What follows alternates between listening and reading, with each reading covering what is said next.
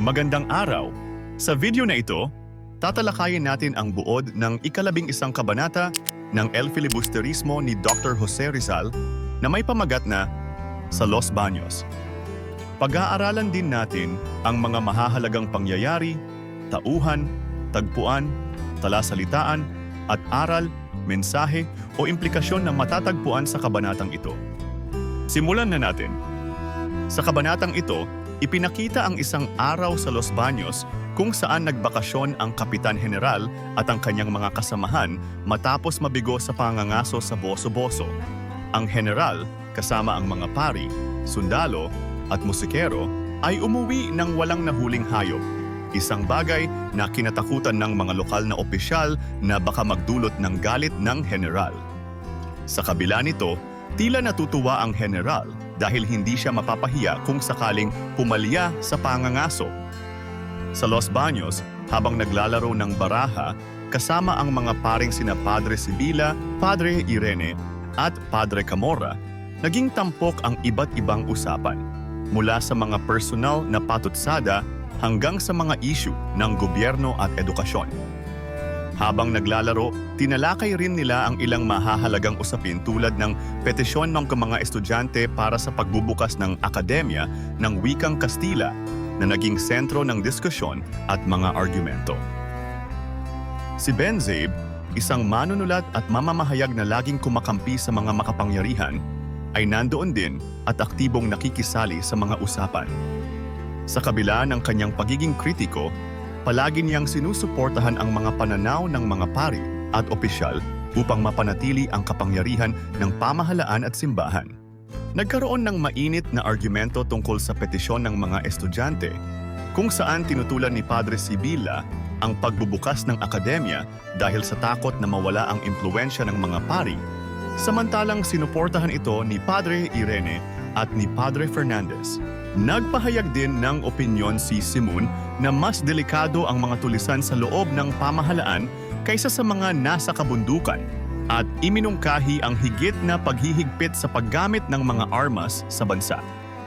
Sa huli, naputol ang diskusyon ng ipahayag ng Kapitan General na ipagpapaliban ang desisyon ukol sa petition ang mga estudyante.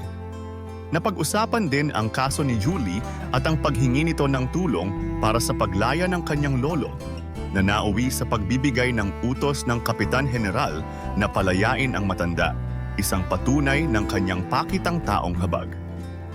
Dumako naman tayo sa mga mahahalagang pangyayari sa kabanatang ito. Nabigo ang Kapitan General sa kanyang pangangaso sa Boso-Boso dahil walang nahuling hayop. Ngunit lihim siyang natuwa dahil hindi siya napahiya sa harap ng mga kasama at mamamayan. Naglaro ng baraha ang Kapitan General kasama sina Padre Sibila, Padre Irene at Padre Camorra habang tinalakay ang iba't ibang usapin ng pamahalaan at ang petisyon ng mga estudyante para sa Akademya ng Kastila. Nagkaroon ng mainit na argumento tungkol sa petisyon ng mga estudyante kung saan tinutulan ni Padre Sibila ang pagbubukas ng akademya dahil sa takot na mawalan ng impluwensya ang mga pari. Samantalang sinuportahan ito ni Padre Irene at ni Padre Fernandez. Inilahad ni Simon ang kanyang pananaw na mas delikado ang mga tulisan sa loob ng pamahalaan kaysa sa mga nasa kabundukan at iminungkahi ang higit na paghihigpit sa paggamit ng mga armas sa bansa. Napag-usapan ang kaso ni Julie at ang paghingi nito ng tulong para sa paglaya ng kanyang lolo na nauwi sa pagbibigay ng utos ng Kapitan General na palayain ang matanda, isang patunay ng kanyang pakitang taong habag. Mga mahahalagang tauhan. Kapitan General, ang pinuno ng pamahalaan sa Pilipinas na makapangyarihan at inuuna ang kanyang personal na kasiyahan kaysa sa kapakanan ng bayan. Siya ang pangunahing tauhan sa kabanata na naglalaro ng baraha at nagpapasya sa mga mahahalagang usapin. Padre Sibila, isang Dominikong pari at may katungkulan sa Universidad ng Santo Tomas. Siya ay tutol sa petisyon ng mga estudyante at kumakatawan sa interes ng simbahan at mga pari. Padre Irene, isang mapanlinlang at mapanlagay na pari na sumusuporta sa petisyon ng mga estudyante upang magbukas ng Akademya ng Kastila. Siya ay kilala sa pagiging tuso at palaging nagtatangka na kumampi sa mga makapangyarihan. Padre Camora, isang Pransiskanong pari na agresibo at mabilis magalit. Siya ay naglalarawan ng pang-aabuso ng mga pari at malupit na paggamit ng kapangyarihan laban sa mga tao.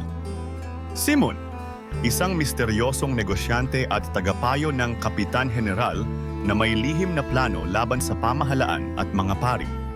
Madalas niyang ipahayag ang kanyang mapang-uyam na pananaw sa mga usaping pinag-uusapan.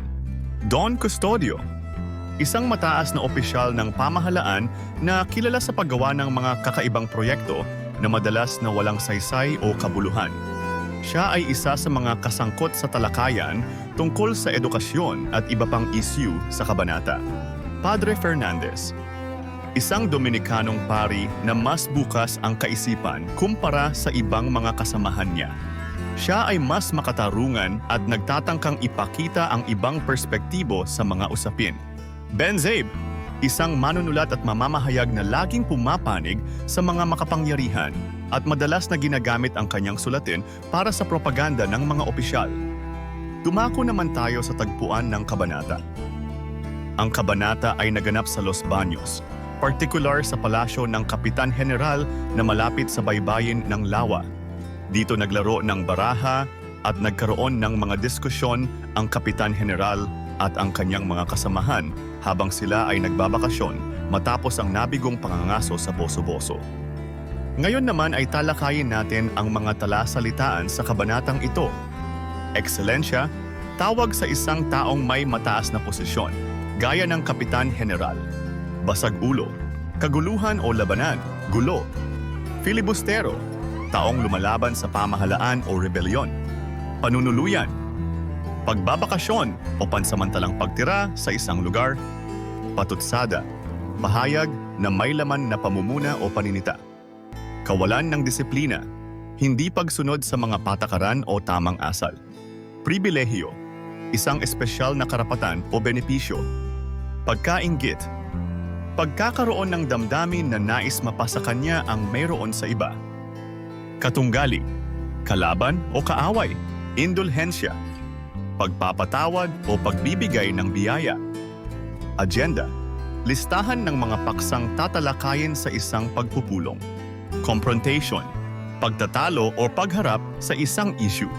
Korupsyon, kasamaan o katiwalian sa pamahalaan o sistema. At ngayon ay alamin naman natin ang ilan sa mga aral, mensahe o implikasyon na ipinakita sa nobela. Ipinakita sa kabanata ang malalim na korupsyon at katiwalian sa loob ng pamahalaan, kung saan ang mga pari at opisyal ay inuuna ang kanilang pansariling interes kaysa sa kapakanan ng bayan. Ang kawalan ng malasakit ng mga pinuno sa tunay na pangangailangan ng mga mamamayan ay nagpapakita ng masamang epekto ng mapang-abusong pamumuno. Makikita ang kawalang katarungan sa pagpapasya ng mga opisyal at pari na ibasura ang mga makatarungang hiling ng mga mamamayan, gaya ng petisyon para sa Akademya ng Kastila. Ipinapakita nito ang pagiging sarado ng gobyerno sa pagbabago at ang kawalan ng pag-asa ng mga tao na makamit ang tunay na hustisya sa ilalim ng isang mapang-aping sistema. At diyan nagtatapos ang ika-11 kabanata ng El Filibusterismo sa Los Baños. Ano ang natutunan mo sa kabanatang ito? I-comment mo na ang iyong sagot. Inaanyayahan ka din namin na i-like, subscribe at i-click ang notification bell para lagi kang updated sa mga susunod naming videos. Hanggang sa muli, maraming salamat sa panonood.